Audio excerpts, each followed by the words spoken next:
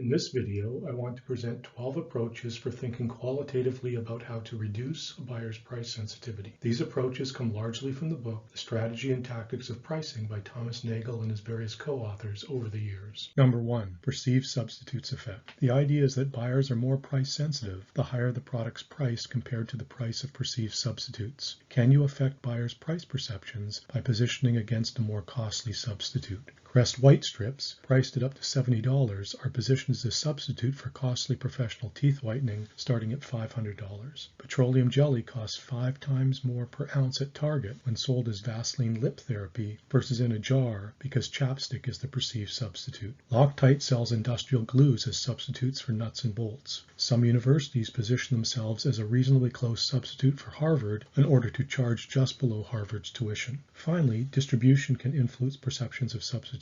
For example, people buy more generics when they're next to the branded goods than when they're in a separate section of a grocery store. Number 2, Unique Value Effect. Buyers are less price sensitive the more they value unique attributes that differentiate your product. Heinz emphasizes the importance of thickness in a ketchup. Volvo associates their heavy-duty construction with safety while downplaying gas mileage. Many lodging chains have sought to brand ingredients or components. Think Weston's Heavenly Bed or Doubletree's chocolate chip cookie. Smartphone manufacturers highlight their new differentiating features in their latest releases. Number 3, Switching Cost Effect. Buyers are less price sensitive the higher the costs, monetary and or non-monetary, of switching suppliers. The time you invest building rapport with your accountant or daycare provider. Airlines must train mechanics, invest in inventory, etc. if they switch suppliers. The Freestyle fountain dispenser, being proprietary to Coca-Cola, creates a switching cost for restaurants that adopt them. When I first started using spreadsheets, the industry standard was Lotus 123. I continued to use Lotus even when lower-priced alternatives became available. That is, until Excel added shortcut menu commands that mimic the Lotus commands. Number 4, Difficult Comparison Effect. Price sensitivity is lower when it is difficult to compare alternatives. A pain reliever or cough medicine whose chemical formula is different than your usual brand. Odd package sizes or item counts. Goods where consumers often need trial to help in assessing quality. Number 5, Price Quality Effect. Products where price itself adds value through, say, image or exclusivity. Amex's Platinum Card. Luxury goods. Products where important attributes are hard to discern, possibly until it is too late. Think professional services. You pay for a good lawyer because the downside is considerable. Or automobile tires. Or mountain climbing gear because safety is a concern. Number 6, Expenditure Effect. Buyers are more price sensitive when the expenditure is a large amount for their business buyers and or a large proportion of their incomes for households. A new car compared to a new pair of sneakers. Number 7, End Benefit Effect. The more sensitive buyers are to the cost of the end benefit, the more price sensitive they are to the products that contribute to that. Positioning premium gasoline is worth it for your car. If desk buyers are price sensitive, then makers of desks will be sensitive to the price of ingredients such as steel. Number 8, Shared Cost Effect. The smaller the portion of the purchase price buyers must pay themselves, the less price sensitive they are. Doctor's visits that are partially covered by insurance. Travel and entertainment when on business. Airlines and hotels offer frequent customer awards, which business travelers get to keep. These are more highly valued than a price cut for which they'd be reimbursed anyway. Number 9, Sunk Cost Effect. When purchasers lessen the implications of additional costs due to sunk cost. I just spent over $1,000 for a new smartphone. Now I need a case to go with it. Accessories I buy for the pricey boat or pricey suit I just bought. Number 10, Inventory Effect. Buyers' ability to hold an inventory of a product for later use substantially increases their sensitivity to temporary price deviations. When products are easily inventoried, customers can become more price sensitive to fluctuations. They can either wait for the price to lower again or buy a smaller quantity now to tide them over. For the same percentage discount, you will sell more canned tomatoes versus the usual amount than fresh. Number 11, Urgency Effect. Buyers are less price sensitive when they have an urgency to buy now. Cold medicine bought when I am sick. Harley-Davidson announced that going forward after reopening post-pandemic, they will produce a smaller number of bikes in order to create more scarcity and drive prices up. Number 12, Fairness Effect. Buyers are more sensitive to a product's price when it is outside the range they perceive as fair or reasonable. The price of a necessity like gasoline is often perceived as unfair. The price of discretionary purchases like Disney World, state lotteries, or Haagen-Dazs ice cream is not. Summary. Price sensitivity can be reduced when you can position the product relative to a more costly substitute, focus customers' attention on unique features, increase switching costs, convince the customer that cross-brand comparisons are difficult and therefore risky, promote the product's high price to give it status, relate the product to an end-user benefit for which the customer is less cost-sensitive, or one to which your price contributes only a small share of the cost, or selling something where the buyer pays only a portion of the purchase cost. Help the buyer justify the cost based on past purchases. Lessen the likelihood of them holding inventory of the product. Create a sense of urgency to purchase now. And manage expectations to minimize the perception of price as unfair.